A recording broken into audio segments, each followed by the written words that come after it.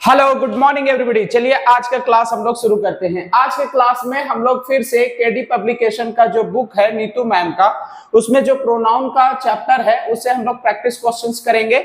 ये हमारा तीसरा क्लास है। इससे पहले मैं 2 क्लासेस ले चुका हूं जिसमें से हम लोग टोटल 50 क्वेश्चंस को सॉल्व किए थे और हमारा जो लास्ट 24 क्वेश्चंस रह गया था उसको आज के क्लास में हम लोग कंप्लीट करने की कोशिश करेंगे। तो चलिए आज का क्लास हम लोग शुरू करते हैं। चलिए, अगर आप ये क्लास को अटेंड किए होंगे तो आपको याद होगा कि हमारा जो लास्ट क्वेश्चन था वो हमारा ये था, last summer I went to Shimla and enjoyed very much. जो भी उस क्लास को अटेंड नहीं किए हैं, प्ले लिस्ट में जाइएगा तो क्लास आपको मिल जाएगा, वहां पे जाकर के आप अटेंड कर लीजिएगा। और आज का जो हमारा पहला क्वेश्चन है वो हमारा ये है, if I were him I would teach him a lesson, कि अगर मैं उनके जगह पे होता तो मैं उसको एक सबक सिखाता। अब अगर आप यहाँ पे गौर से देखिएगा तो आपको पता चलेगा कि यहाँ पे जो आई है और ये जो हिम है इनके बीच कंपैरिजन हो रहा है। अब हमने पढ़ा है कि जो कंपैरिजन होता है वो सेम काइंड ऑफ थिंग के साथ होना चाहिए। मतलब अगर हम कंपैरिजन कर रहे हैं तो पर्सन का कंपैरिजन हम पर्सन के साथ करेंगे, पर्सन का कंपैरिजन पर्सन के साथ करेंगे, हम प्लेस का कंपैरिजन प्लेस के साथ करेंगे, प्लेस का कंपैरिजन हम प्लेस के साथ करेंगे, एनिमल का कंपैरिजन हम एनिमल के साथ करेंगे। उसी तरह से सब्जेक्ट का कंपैरिजन हम सब्जेक्ट के साथ करेंगे और ऑब्जेक्ट का कंपैरिजन हम ऑब्जेक्ट के साथ करेंगे। तो ये हमें ध्यान रखने हैं कि कंपैरिजन है जो है वो सेम काइंड ऑफ थिंग के साथ होना चाहिए। अब अगर ये बात आपको समझ आ गया तो यहाँ पे आइए, यहाँ पे आप देखिएगा ये जो आई है ये हमारा सब्जेक्ट है, यहाँ पे जो आई है ये हमारा सब्जेक्ट है और यहाँ पे ये जो हिम है ये हमारा ऑब्जेक्ट है। तो ऐसे कंपैरिजन नहीं हो सकता है, सब्जेक्ट का कंपैरिजन सब्जेक्ट से होना चाहिए। तो ये हिम हमारा गलत हो गया, हमें यहाँ पे ही लिखना पड़ेगा, ही। और इस सेंटेंस को हमें इस तरह से सही करना पड़ेगा, if I were he I would teach him a lesson, कि अगर मैं उनके जगह पे होता तो मैं उनको एक सबक सिखाता। और इस तरह से हमारा आंसर हो जाएगा ए। चलिए नेक्स्ट क्वेश्चन है, being a rainy day I could not go to school. अब यहाँ पे देखिएगा तो आपको पता चलेगा कि ये जो आई है इस सेंटेंस का सब्जेक्ट है, कुड नॉट गो ये हमारा वर्ब है।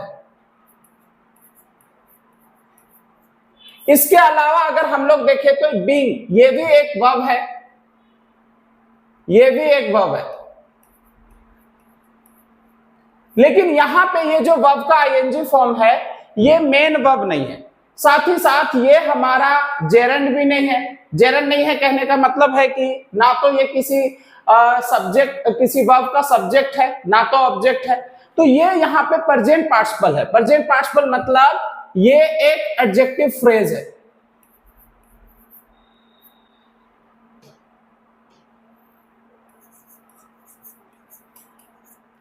अब ये एडजेक्टिव फ्रेज किसके लिए लिखा गया है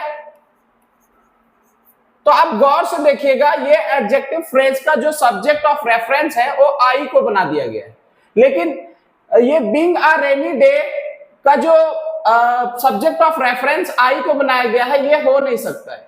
ये जो बीइंग अ रेनी डे है ये एक वेदर को एक्सप्रेस कर रहा है। अब हमने पढ़ रखा है कि टाइम हो या वेदर हो या सीजन हो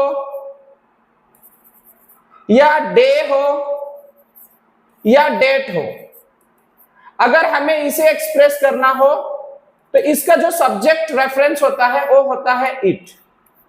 क्लियर है? ये हमारा इट होता है।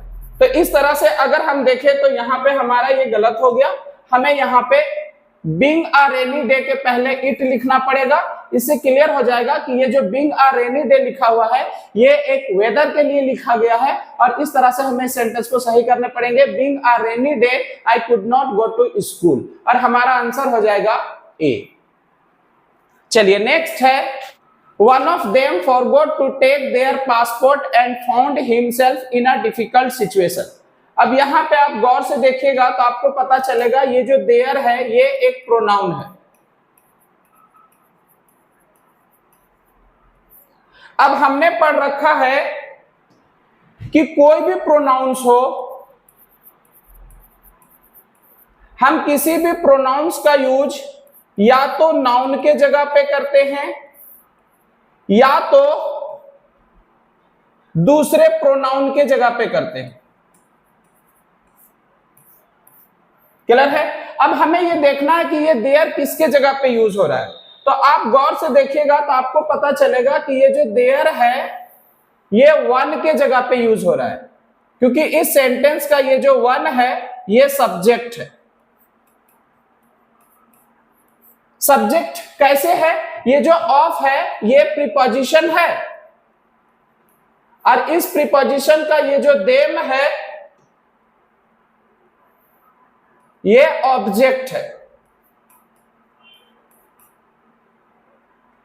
तो ये जो फॉरगॉट वर्ब लिखा हुआ है, अब इस वर्ब का जो सब्जेक्ट है, ये इस वर्ब का सब्जेक्ट जो है ये वन है।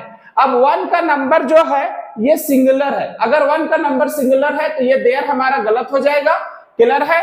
हमें यहां पे सिंगुलर प्रोनाउन लिखने हैं, देयर का सिंगुलर होता है हिज, तो हमें यहाँ पे हिज लिखने हैं, और इस तरह से हमें इस सेंटेंस को सही करना पड़ेगा।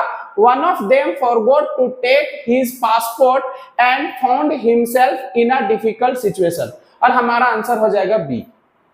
चलिए नेक्स्ट है, mister Sharma our representative, he will attend the meeting on our behalf. अब यहां पे देखिए, यहां पे ये जो विल अटेंड है ये हमारा वर्ब है। अब अगर ये वर्ब है तो फिर हमें इसका सब्जेक्ट देखना पड़ेगा। आप गौर से देखिएगा कि इसका जो सब्जेक्ट है ये मिस्टर शर्मा है।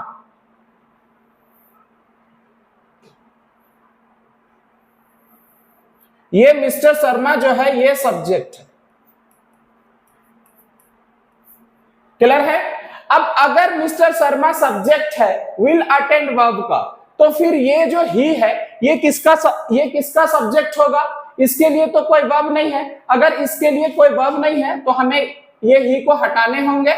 क्लियर है? और हमें इस सेंटेंस को इस तरह से सही करना पड़ेगा, mister Sharma our representative will attend the meeting on our behalf, और हमारा आंसर हो जाएगा बी। चलिए नेक्स्ट है, each girl was given a packet of sweets and she was happy। कह रहा है कि हर लड़की को एक स्वीट का एक पैकेट दिया गया और वह खुश थी। अब यहां पे आप देखिएगा तो यहां पे जो एंड के बाद सेंटेंस शुरू हुआ है, एंड के बाद जो सेंटेंस शुरू हुआ है वो बिल्कुल चेंज हो गया है। क्लियर है? कि हर लड़की को मिठाई का एक डब्बा दिया गया और वह खुश थी नहीं, और हर लड़की खुश थी। तो अगर आप इस सेंटेंस को सही करना चाहते हैं तो आप यहां पे ये शी हटा दीजिए और यहां पे ईच लिख दीजिए। Each was happy. Each was happy means each girl was happy. एक तरीका हो गया। या दूसरा तरीका, अगर आप ईच नहीं लिखना चाहते हैं तो आप यहां पे दे लिख दीजिए, क्योंकि यहाँ पे आप सबकी बात हो रहा है, और जब आप दे लिखेंगे तो ये जो वाज है ये हमारा गलत हो जाएगा। हमें यहाँ पे वर लिखना पड़ेगा, और इस तरह से इस सेंटेंस को हमें सही करने पड़ेंगे। क्लियर है? कि each girl was given a packet of sweets and they were happy, और हमारा आंसर हो जाएगा शी। चलिए नेक्स्ट है, my self and he will manage everything. अब यहां पे देखिए ये जो माई सेल्फ है ये हमारा रिफ्लेक्सिव प्रोनाउन है। ये जो माई सेल्फ है ये हमारा रिफ्लेक्सिव प्रोनाउन है। Reflexive pronouns. अब हमने पढ़ रखा है कि जो भी रिफ्लेक्सिव प्रोनाउंस होते हैं, जैसे कि माई सेल्फ है, योर सेल्फ है, हिम सेल्फ है, आर सेल्फ है, देम सेल्फ है, हर सेल्फ है, वन सेल्फ है, ये सारे हमारे रिफ्लेक्सिव प्रोनाउंस होते हैं।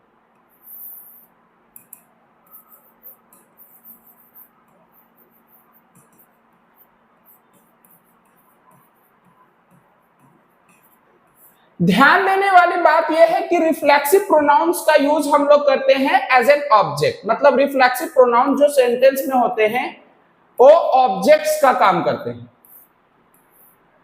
अब अगर रिफ्लेक्सिव प्रोनाउन ऑब्जेक्ट का काम करते हैं तो यहां पे आप देखिए, ये जो विल मैनेज लिखा हुआ है, विल मैनेज लिखा हुआ है, ये विल मैनेज का जो सब्जेक्ट है वो माई सेल्फ एंड ही को बना दिया गया है। तो ये हमारा गलत हो गया। हमें यहाँ पे माई सेल्फ नहीं, हमें यहाँ पे माई सेल्फ का जो सब्जेक्टिव केस आई है वो लिखने हैं। क्लियर है? और इस तरह से हमें इस सेंटेंस को सही करना पड़ेंगे, I and he will manage everything. लेकिन फिर हमने पढ़ रखा है कि अगर हम लोग एक साथ दो या दो से अधिक प्रोनाउन यूज करें तो वहां पे हमें एक करेक्ट सीक्वेंस को फॉलो करना पड़ता है। क्लियर है? अगर हम पॉजिटिविटी की बात करें तो हमारा जो सीक्वेंस होता है वो हमारा होता है 2 3 1, यानी 1 हमारा लास्ट में आना चाहिए। तो इस हिसाब से हमें इस सेंटेंस को इस तरह से सही करने पड़ेंगे, ही एंड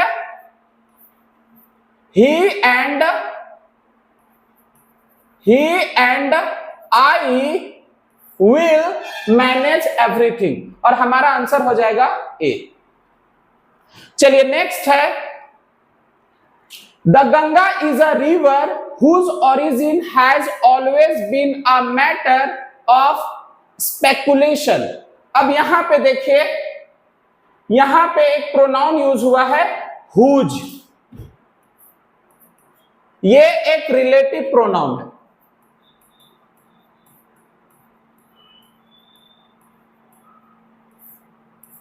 अब हमने पहले पढ़ रखा है कि ये जो हु है, हुम है, विच है, हुज है,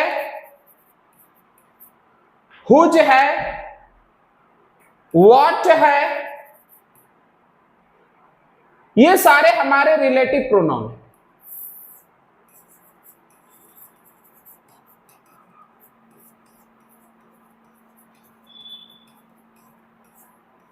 अब इसमें ये जो हु है, ये सेंटेंस में सब्जेक्ट का काम करता है। ये जो हुम है, ये सेंटेंस में हमारा ऑब्जेक्ट का काम करता है, मतलब ये सेंटेंस में ऑब्जेक्ट होता है। ये जो विच है, ये सब्जेक्ट और ऑब्जेक्ट दोनों होते हैं। उसी तरह से ये जो हुज है, ये सेंटेंस में डिटरमिनर का काम करता है। ये जो व्हाट है, ये सेंटेंस में सब्जेक्ट और ऑब्जेक्ट दोनों का काम करता है। अब यहां पे आप गौर से देखिएगा तो ये जो ओरिजिन है, ये हमारा नाउन है। ये जो ओरिजिन है, ये हमारा नाउन है। तो नाउन से पहले हमें डिटरमिनर चाहिए। तो उस हिसाब से आप देखिएगा तो ये जो हुज है, ये हमारा सही हो जाना चाहिए। लेकिन फिर हमने पढ़ रखा है कि ये जो हुज है,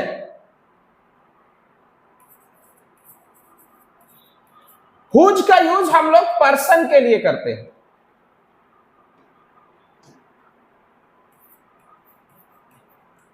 पर्सन्स के लिए। और अगर हमें थिंग को रेफर करना हो तो हम ऑफ विच का यूज करते हैं। ऑफ विच, ऑफ विच का यूज थिंग्स के लिए किया जाता है। दोनों डिटरमिनर होते हैं,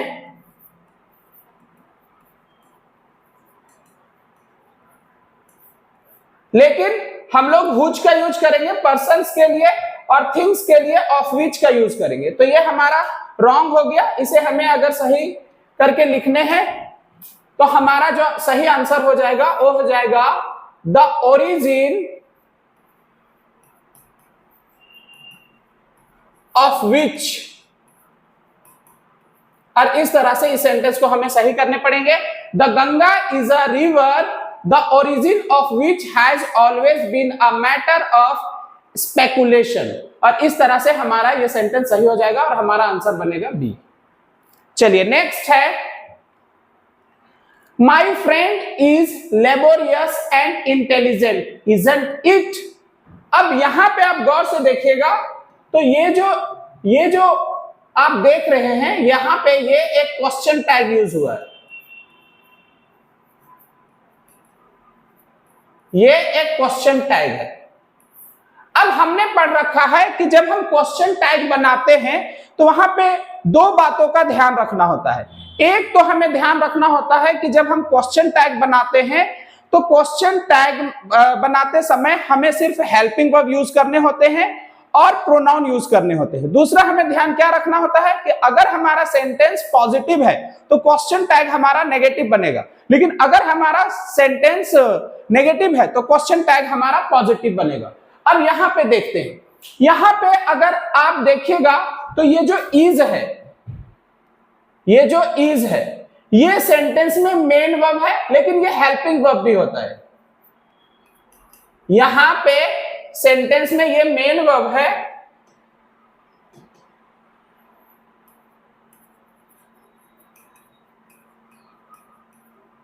लेकिन ये हेल्पिंग वर्ब भी होता है। अब अगर ये हेल्पिंग वर्ब भी होता है तो हम लोग इसका यहां पे यूज कर लेंगे। तो ये जो इज है ये हमारा सही है। फिर हमने देखा कि ये सेंटेंस जो है ये पॉजिटिव है तो क्वेश्चन टैग नेगेटिव बनेगा, तो ये जो इजंट है ये भी हमारा ठीक है। अब हमें प्रोनाउन लिखने हैं। अब हम प्रोनाउन लिखेंगे तो किसकी जगह पे लिखेंगे? तो ये सेंटेंस का जो सब्जेक्ट है माय फ्रेंड है। अगर इस सेंटेंस का जो सब्जेक्ट है माय फ्रेंड है तो हमें वहां पे प्रोनाउन जो लिखने होंगे वो माय फ्रेंड के जगह पे लिखने पड़ेंगे। अब अगर माय फ्रेंड की जगह पे हम प्रोनाउन लिखेंगे तो इट नहीं लिख पाएंगे, क्लियर है? हमें यहां पे लिखना पड़ेगा ही। और हमें इस तरह से इस सेंटेंस को सही करने होंगे। My friend is laborious and intelligent isn't he, और हमारा आंसर हो जाएगा सी। चलिए नेक्स्ट है, इट इज डिफिकल्ट टू से who is the better of the two players. अब यहां पे देखिए ये जो हु है ये रिलेटिव प्रोनाउन,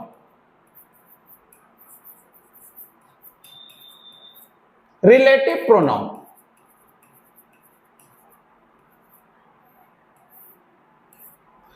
अब हमने पढ़ रखा है कि ये जो हु है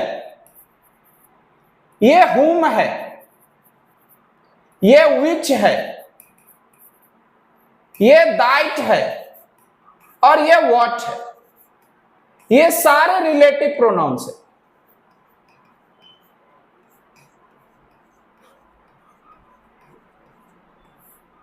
अब इसमें से ये जो हु है इसका यूज हम लोग पर्सन्स के लिए करते हैं।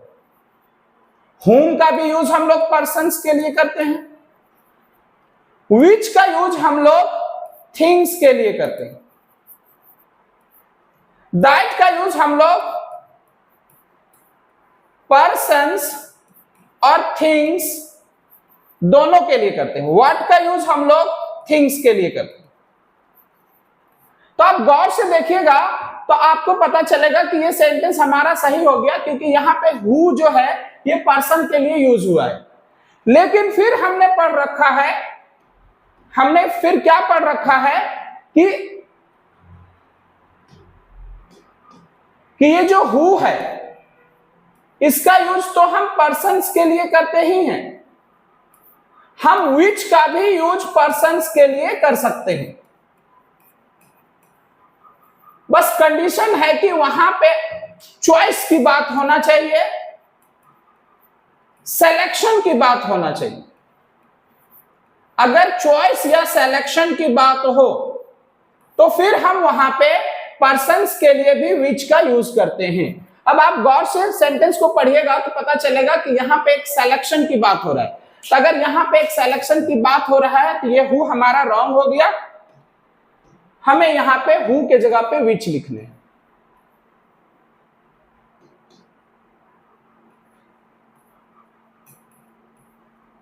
और इस तरह से हमें इस सेंटेंस को सही करना पड़ेगा। It is difficult to say which is the better of the two players, और हमारा आंसर हो जाएगा बी। चलिए नेक्स्ट है, it is the best which the government can do for the downtrodden. अब यहां पे देखिए, यहां पे ये जो विच है ये हमारा रिलेटिव प्रोनाउन है।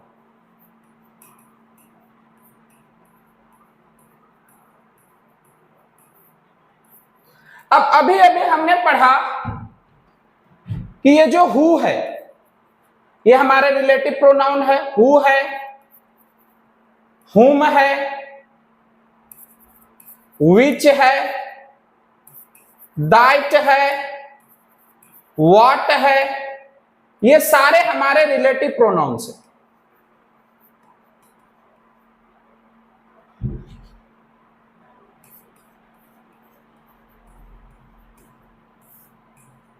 रिलेटिव प्रोनाउंस, इसमें जो ये हु है और ये हुम है इसका यूज हम लोग पर्सन्स के लिए करते हैं।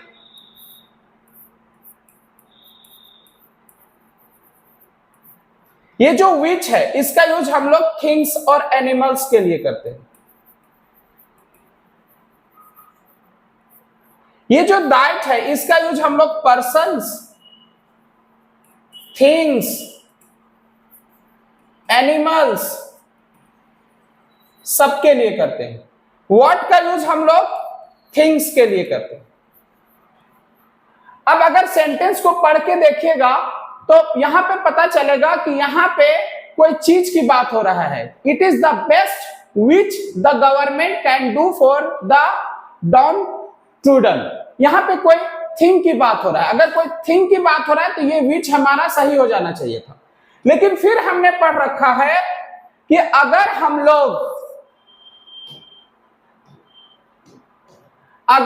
लोग एवरीथिंग का यूज करें, everything, something, nothing, all, the few, the little, या अगर सेंटेंस में सुपरलेटिव डिग्री का यूज हुआ हो, सुपरलेटिव डिग्री, या अगर दो डिफरेंट एंटीसीडेंट यूज हुआ हो,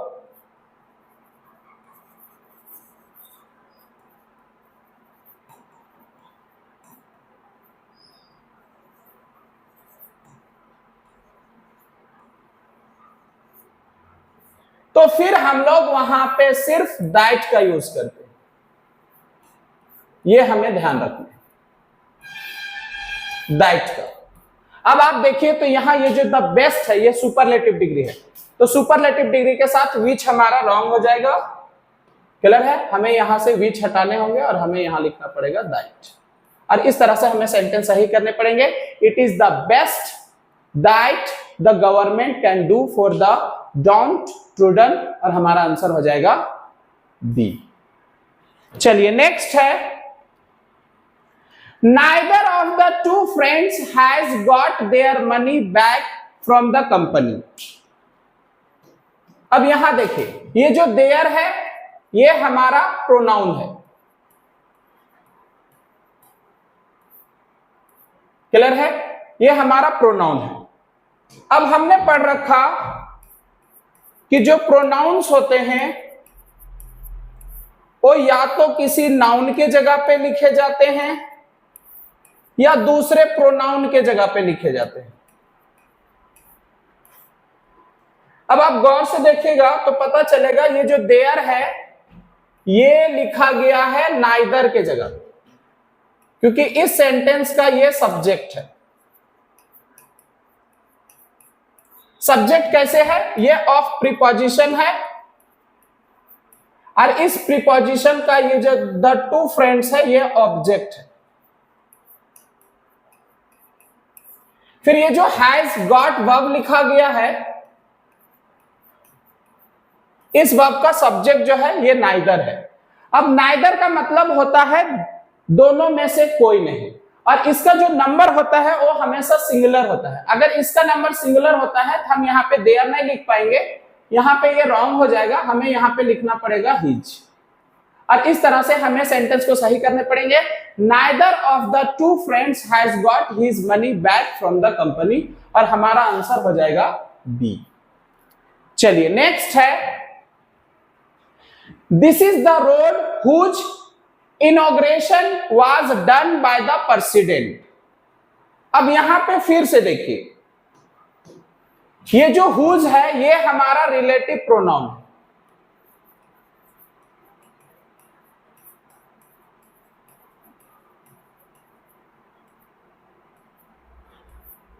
चलिए, अब हमने पढ़ रखा है कि ये जो हु है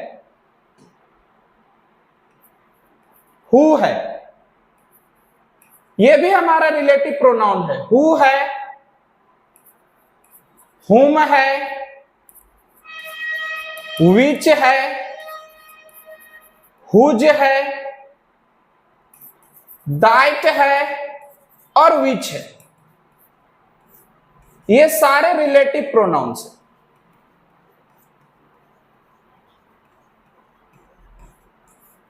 अब इसमें से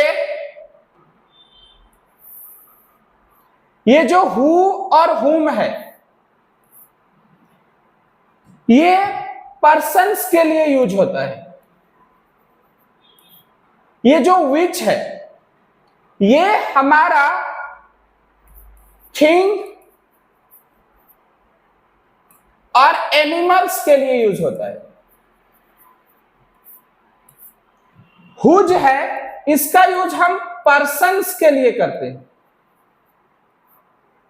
दैट है, इसका यूज हम लोग पर्सन्स, थिंग्स, एनिमल्स सबके लिए करते हैं। विच है, ये इसका यूज हम लोग थिंग्स के लिए करते हैं। चलिए, अब अगर आप देखिएगा तो आपको पता चलेगा ये जो हुज है ये यहां पे रोड के लिए यूज हो गया, तो ये हमारा रॉन्ग हो गया। अब हमने पढ़ रखा है ये जो हुज है ये सेंटेंस में डिटरमिनर का काम करता है, लेकिन ये पर्सन्स के लिए यूज होते हैं। क्लियर है? अगर हमें थिंग को रेफर करना हो तो हम वहां पे ऑफ विच का यूज करते हैं। ये जो ऑफ विच है ये भी सेंटेंस में डिटरमिनर का काम करता है और ये थिंग के लिए यूज होता है।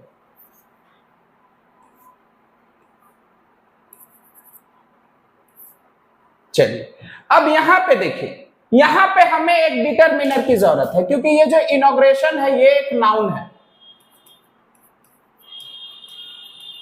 तो नाउन से पहले हमें डिटरमिनर चाहिए। क्लियर है? ये डिटरमिनर हुज तो है, लेकिन ये पर्सन के लिए यूज होता है। ये हमारा गलत हो गया। हमें यहां पे लिखना पड़ेगा this is the road the inauguration of which the inauguration of which was done by the president। और हमें इस तरह से सेंटेंस को सही करने पड़ेंगे और हमारा आंसर हो जाएगा बी। चलिए नेक्स्ट है, many women reconcile to the demands of their in-laws। अब यहां पे एक वर्ब यूज हुआ है reconcile, ये हमारा वर्ब है। अब ये जो वर्ब है ये एक ट्रांजिटिव वर्ब है, ये एक ट्रांजिटिव वर्ब है। अब हमने पढ़ रखा है कि जब हम कोई ट्रांजिटिव वर्ब लिखते हैं तो उसके बाद हमें ऑब्जेक्ट लिखना पड़ता है। आप गौर से देखिएगा तो ये जो रिकॉन्सिल है इस वर्ब के पास ऑब्जेक्ट नहीं है, क्योंकि ये जो टू है ये एक प्रीपोजिशन है और इस प्रीपोजिशन का ये जो द डिमांड्स है ये ऑब्जेक्ट है। तो इस तरह से आप देखें तो रिकॉन्सिल वर्ब के पास ऑब्जेक्ट नहीं है। अब अगर रिकॉन्सिल वर्ब के पास ऑब्जेक्ट ना हो तो हम यहां पे रिफ्लेक्सिव प्रोनाउन यूज करते हैं। क्लियर है? मेनी ह्यूमन के जगह पे अगर हम रिफ्लेक्सिव प्रोनाउन यूज करेंगे तो हमें यहां पे लिखना पड़ेगा देमसेल्फ, क्योंकि ये प्लूरल है तो हमें यहां पे लिखना पड़ेगा देमसेल्व्स। और इस तरह से हमें इस सेंटेंस को सही करने पड़ेंगे। Many human reconcile themselves to the demands of their in law, और हमारा आंसर हो जाएगा बी। चलिए नेक्स्ट है, may I know to who I am speaking. अब यहां पे देखिए, यहां पे ये जो हु है ये रिलेटिव प्रोनाउन है।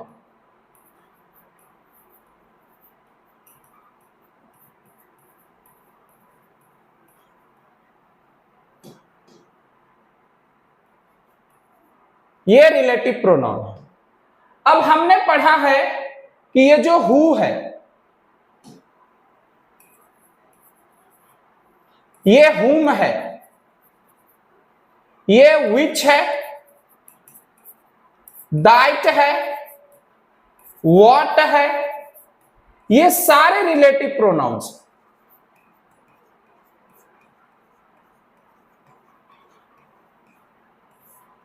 अब इसमें से ये जो हु है सेंटेंस में सब्जेक्ट का काम करता है, मतलब ये सेंटेंस में सब्जेक्ट होता है। हुम जो है ये सेंटेंस में ऑब्जेक्ट होता है। ये विच सेंटेंस में सब्जेक्ट और ऑब्जेक्ट दोनों होता है। दैट जो है ये भी सेंटेंस में सब्जेक्ट ऑब्जेक्ट दोनों काम करता है। व्हाट जो है ये भी सेंटेंस में सब्जेक्ट ऑब्जेक्ट दोनों काम करता है। अब यहां पे आप देखिएगा तो आपको पता चलेगा कि ये जो टू है ये एक प्रीपोजिशन है। कोई भी प्रीपोजिशन के बाद हमें उनका ऑब्जेक्ट लिखना पड़ता है। ये जो हु है ये सेंटेंस में सब्जेक्ट का काम करता है, तो ये हमारा रॉन्ग हो गया। हमें यहां पे ऑब्जेक्ट लिखने हैं हुम, और हमें इस सेंटेंस को इस तरह से सही करने पड़ेंगे। मे I know to whom I am speaking, और हमारा आंसर हो जाएगा बी।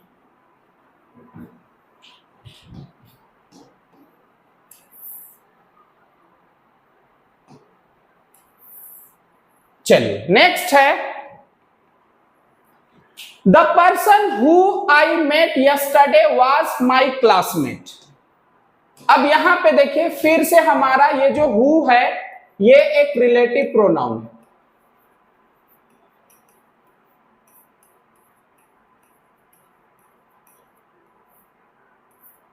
अब हमें यहां पे देखना है कि ये जो हु है ये सेंटेंस में सही है या फिर गलत है। तो हमने पढ़ रखा है ये हु सेंटेंस, ये हु है, हु है, हुम है, विच है, दैट है और व्हाट है।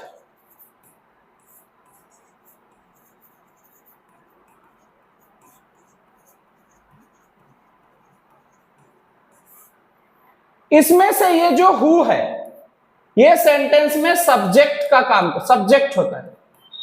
ये हुम है ये ऑब्जेक्ट होता है। विच है ये सब्जेक्ट ऑब्जेक्ट दोनों होते हैं। दैट है ये सब्जेक्ट ऑब्जेक्ट दोनों होते हैं। व्हाट है, ये भी सेंटेंस में सब्जेक्ट ऑब्जेक्ट दोनों का काम करता है। अब हमें यहां पे देखने हैं कि हमें सच में सब्जेक्ट की जरूरत है या फिर ऑब्जेक्ट की जरूरत है। तो अगर इसका पता लगाना हो तो हमें पहले वर्ब देखना है। ये जो मेट है ये हमारा एक वर्ब हो गया, ठीक है। ये जो वाज है ये भी हमारा एक वर्ब हो गया। अब अगर हमारे पास दो वर्ब है तो हमें दो सब्जेक्ट भी चाहिए। यहां पे जो आई है ये एक सब्जेक्ट है, यहां पे ये जो आई है ये एक सब्जेक्ट हो गया, और ये जो द पर्सन है ये भी हमारा एक सब्जेक्ट हो गया। अब हमारे पास दो वर्ब है तो दो सब्जेक्ट है, तो फिर से हमें सब्जेक्ट नहीं चाहिए, हमें यहां पे एक ऑब्जेक्ट चाहिए। तो ये जो हु है ये हमारा गलत हो गया, हमें यहां पे लिखना पड़ेगा whom। और इस तरह से इस सेंटेंस को सही करने पड़ेंगे।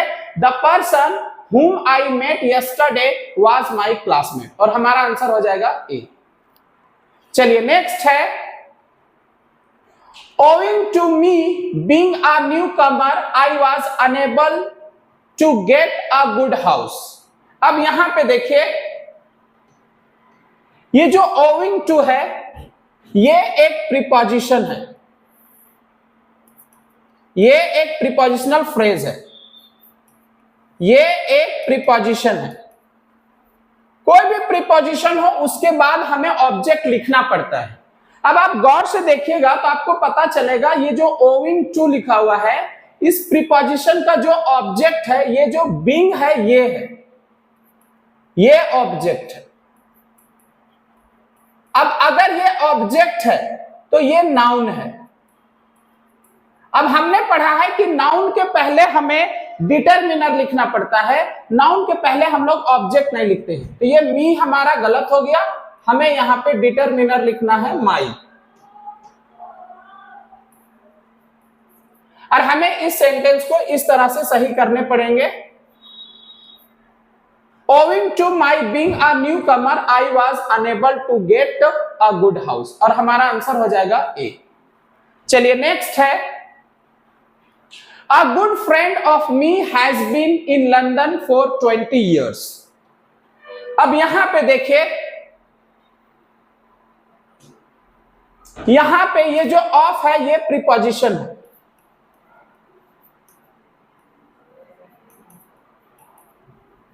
और इस प्रीपोजिशन का ये जो मी है ये ऑब्जेक्ट है। क्लियर है। अब इस सेंटेंस को सही करने से पहले हम लोग थोड़ा सा एक दो सेंटेंस देख लेते हैं कि सही है कि गलत है। जैसे मैंने कहा my friend is a doctor, ये हो गया हमारा ए।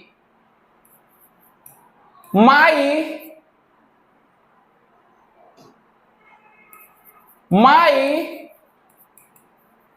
फ्रेंड्स आर डॉक्टर्स, ये हमारा हो गया बी। नेक्स्ट सी देखिए, my a friend is a doctor. चलिए अब यहां पे आप देखिएगा तो पता चलेगा कि ये हमारा ये जो सेंटेंस है ये हमारा सही हो गया, और इसका मीनिंग हो गया कि मेरा एक दोस्त है और वो डॉक्टर है। फिर आप दूसरे वाला सेंटेंस को देखिएगा तो आपको पता चलेगा कि माय फ्रेंड्स आर डॉक्टर्स, मतलब मेरे बहुत सारे फ्रेंड्स हैं और सारे डॉक्टर्स हैं, तो ये भी सही हो गया। फिर आप तीसरे वाले सेंटेंस को देखिएगा तो आपका मीनिंग आएगा कि my a friend is a doctor, कि मेरा एक दोस्त जो है वो डॉक्टर है, मतलब मेरे और भी बहुत सारे दोस्त हैं उसमें से एक जो है वो डॉक्टर है। तो ये सेंटेंस हमारा सही हो जाना चाहिए था, लेकिन ये रॉन्ग हो गया। क्यों रॉन्ग हो गया? क्योंकि यहाँ पे जो माई हमने लिखा है ये हमारा डिटरमिनर है, और ये जो ए है ये भी हमारा डिटरमिनर है।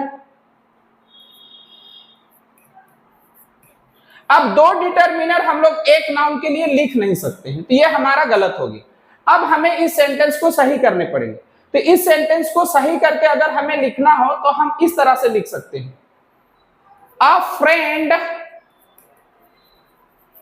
ऑफ माई फ्रेंड्स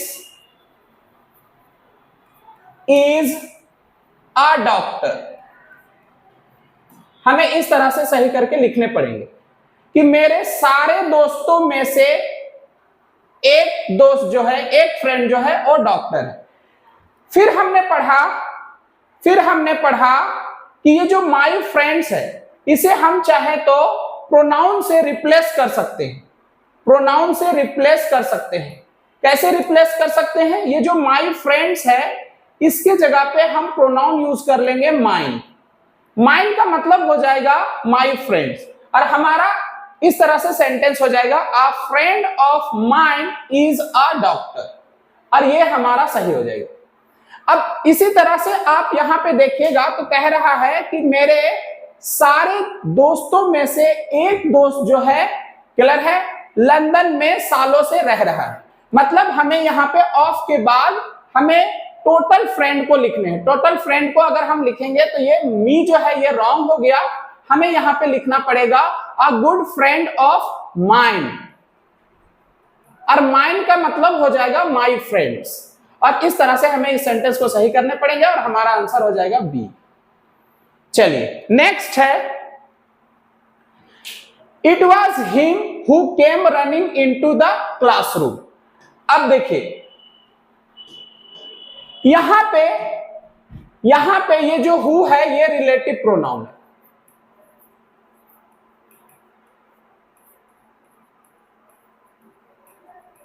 अब इस तरह के सेंटेंस को सॉल्व करने के लिए हमें तीन बातों का ध्यान रखना पड़ता है।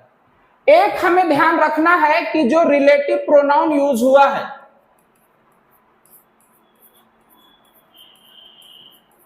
वो हमारा सही यूज हुआ है कि नहीं, हमें यह ध्यान रखना है। दूसरा हमें क्या ध्यान रखना है कि जो हमने रिलेटिव प्रोनाउन के पहले जो हमने एंटीसीडेंट यूज किया है वो उसका जो केस है सब्जेक्टिव और ऑब्जेक्टिव केस उसको हमने सही से यूज किया है कि नहीं। और तीसरा हमें ध्यान रखने हैं कि हमने वर्ब सही से यूज किया है कि नहीं। हमें ये तीन बातों का हमेशा ध्यान रखना पड़ता है। चलिए अब हम पता लगाते हैं कि लिखे गए सेंटेंस में क्या गलत है। तो सबसे पहले हम लोग देखेंगे कि ये जो हु है ये सही यूज हुआ है कि नहीं, और इसका पता लगाने के लिए हम लोग सबसे पहले वर्ब देखेंगे। यहां पे देखिए ये जो केम है ये हमारा एक वर्ब है, ठीक है। ये जो वाज है ये भी हमारा एक वर्ब है। अब अगर हमारे पास दो वर्ब है तो दो सब्जेक्ट भी चाहिए। ये जो ईट है ये हमारा एक सब्जेक्ट हो गया, ये हमारा एक सब्जेक्ट हो गया। और ये जो हु है ये भी सेंटेंस में सब्जेक्ट का काम करता है, तो ये दो सब्जेक्ट हो गए। इसका मतलब यहाँ पे ये जो हु है ये सही है। अब अगर ये जो हु है ये सब्जेक्टिव केस में लिखा गया है तो इसके मतलब अगर ये सब्जेक्ट है तो इसके पहले जो हम यूज करेंगे वो भी हमारा सब्जेक्टिव केस होना चाहिए। तो ये हिम हमारा गलत हो गया। हिम का हमें सब्जेक्टिव केस लिखने हैं ही, और हमें इस तरह से इस सेंटेंस को सही करने होंगे। It was he who came running into the classroom, और हमारा आंसर हो जाएगा ए। चलिए नेक्स्ट है, I and Raju left for Delhi last summer. अब यहां पे देखिए यहां पे ये जो लेफ्ट वर्ब है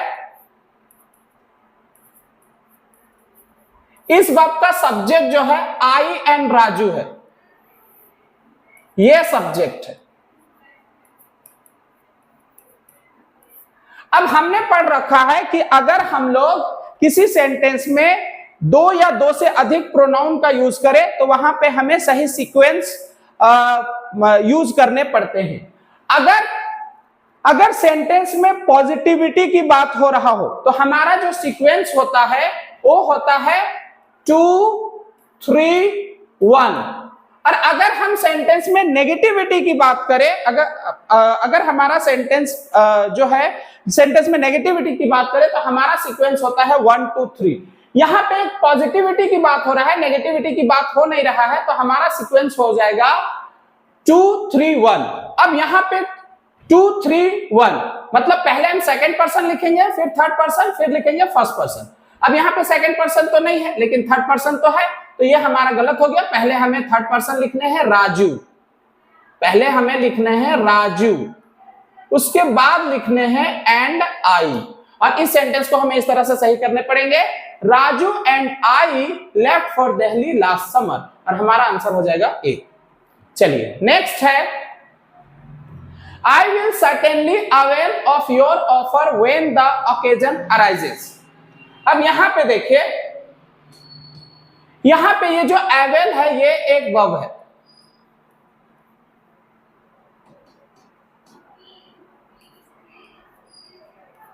और ये एक ट्रांजिटिव वर्ब है। अब हमने पढ़ा है कि कोई भी ट्रांजिटिव वर्ब जब हम लिखते हैं तो उसके बाद हमें ऑब्जेक्ट लिखना पड़ता है।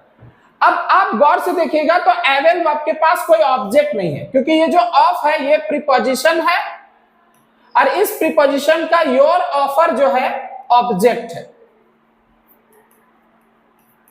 तो फिर एवेल वर्ब के पास कोई ऑब्जेक्ट नहीं है। अब हमने पढ़ा कि अगर एवेल वर्ब के पास कोई ऑब्जेक्ट ना हो तो हमें रिफ्लेक्सिव प्रोनाउन यूज करने पड़ते हैं उनके ऑब्जेक्ट के रूप में। क्लियर है? अब आई का रिफ्लेक्सिव प्रोनाउन हम लोग बनाएंगे तो हमारा आएगा माई सेल्फ, तो हमें यहां पे लिखना पड़ेगा माई सेल्फ।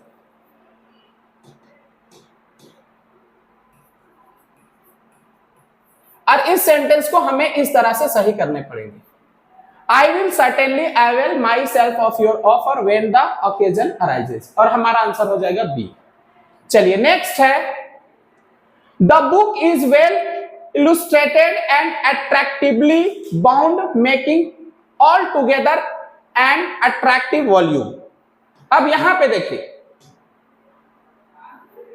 यहां पे ये जो मेकिंग है ये हमारा एक वर्ब है और ये ट्रांजिटिव वर्ब है। कोई भी ट्रांजिटिव वर्ब जब हम लिखते हैं तो उसके बाद हमें ऑब्जेक्ट लिखने पड़ते हैं। क्लियर है? ये मेकिंग वर्ब के पास कोई ऑब्जेक्ट नहीं है।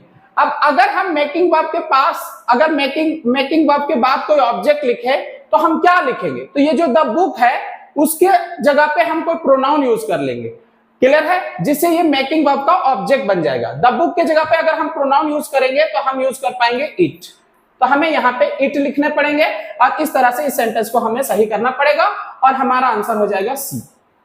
चलिए नेक्स्ट है, Besides me, many other were present।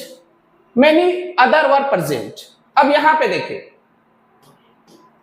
यहां पे ये जो अदर है, अदर ये एक प्रोनाउन है। ये जो अदर है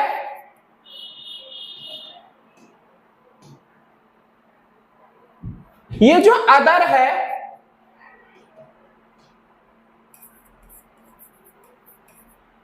और ये अदर्स है। अदर का यूज हम करते हैं सिंगुलर नाउन के जगह,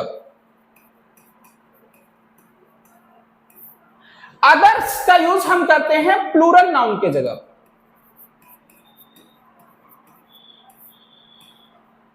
प्लूरल नाउन के जगह। अब यहां पे देखिए, यहां पे लिखा हुआ है मेनी,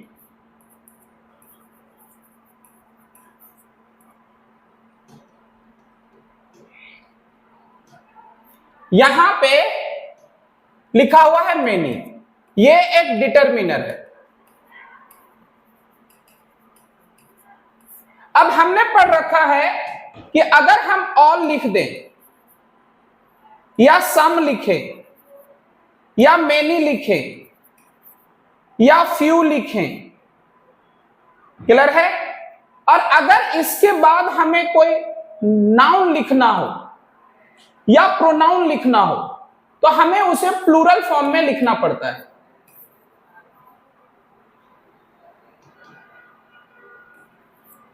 प्लूरल फॉर्म में लिखना पड़ता है। अब इस हिसाब से आप देखें तो ये जो अदर है ये हमारा रॉन्ग हो गया, हमें यहां पे लिखना पड़ेगा अदर्स, और हमें इस तरह से इस सेंटेंस को सही करने पड़ेंगे। Besides me many others were present, और हमारा आंसर हो जाएगा बी। चलिए नेक्स्ट है, my house is farther than hers. अब यहां पे देखिए ये जो फार्दर है ये कंपैरेटिव डिग्री में लिखा हुआ है, फार का कंपैरेटिव डिग्री फार्दर होता है।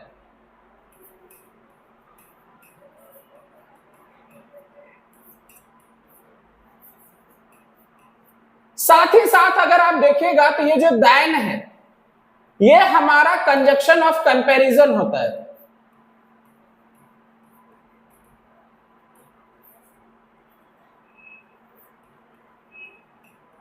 तो इस हिसाब से हम देखें तो यहां पे कंपैरिजन हो रहा है। अब हमें देखना है कि कंपैरिजन किनके बीच हो रहा है। तो कंपैरिजन जो है मेरे घर और उनके घर के बीच हो रहा है। कह रहा है कि my house is farther than her home, कि मेरा घर जो है उनके घर से दूर है। अब यहां पे ये जो हर्स लिखा हुआ है ये हमारा गलत हो गया, हमें यहां पे या तो हर होम लिखने हैं, और अगर हर होम के जगह पे हम प्रोनाउन यूज करें तो सिंपली हर्स लिखने हैं, हर्स। तो ये जो अपोस्ट्रोफी यूज हुआ है ये गलत हो गया, क्योंकि अपोस्ट्रोफी का यूज हम नाउन के साथ करते हैं, प्रोनाउन के साथ नहीं करते हैं। क्लियर है? हमें इस सेंटेंस को सही करने हैं, अगर हमें इस सेंटेंस को सही करना है तो हमें लिखना पड़ेगा my house is farther than her home, her house या सिंपली हर्स, और हमारा आंसर हो जाएगा सी। चलिए नेक्स्ट है, he is the person whom everyone thought has stolen the ring। अब यहां पे देखिए, यहां पे ये जो whom है ये हमारा रिलेटिव प्रोनाउन है।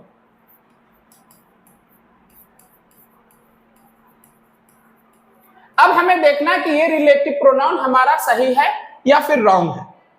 चलिए, हु है, फिर से देखते हैं, ये जो हु है ये भी हमारा रिलेटिव प्रोनाउन है, हुम है,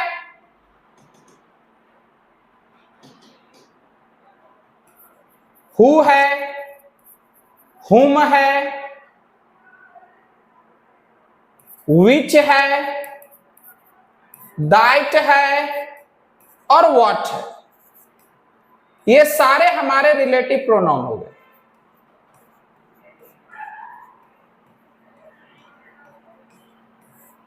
अब इसमें से ये जो हु है ये सेंटेंस में सब्जेक्ट होता है, ये हुम है ये सेंटेंस में ऑब्जेक्ट होता है, ये विच है ये सेंटेंस में सब्जेक्ट ऑब्जेक्ट दोनों होता है, दैट है ये भी सेंटेंस में सब्जेक्ट ऑब्जेक्ट दोनों होता है, व्हाट है ये भी सेंटेंस में सब्जेक्ट ऑब्जेक्ट दोनों का काम करता है। चलिए, अब हमें यहां पे देखना है कि ये जो हुम है क्या यहां पे सच में सब्जेक्ट की सच में ऑब्जेक्ट की जरूरत है या फिर सब्जेक्ट की जरूरत है। इसका पता लगाने के लिए हम लोग वर्ब देखेंगे। यहां पे ये देखिए, ये जो थाउट है ये हमारा एक वर्ब हुआ, ये जो हैज स्टोलन है ये हमारा दो वर्ब हो गया, ये जो इज है ये हमारा एक और वर्ब हो गया। तो हमारे पास वर्ब 3 है, तो 3 सब्जेक्ट भी चाहिए। अब यहां पे देखिए, ये जो एवरीवन है ये हमारा एक सब्जेक्ट हुआ, एक सब्जेक्ट। ये जो ही है ये हमारा एक सब्जेक्ट हुआ।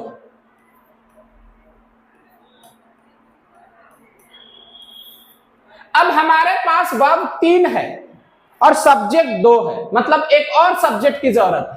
तो यहां पे ये जो हुम है ये हमारा रॉन्ग हो गया, हमें यहां पे लिखना पड़ेगा हु।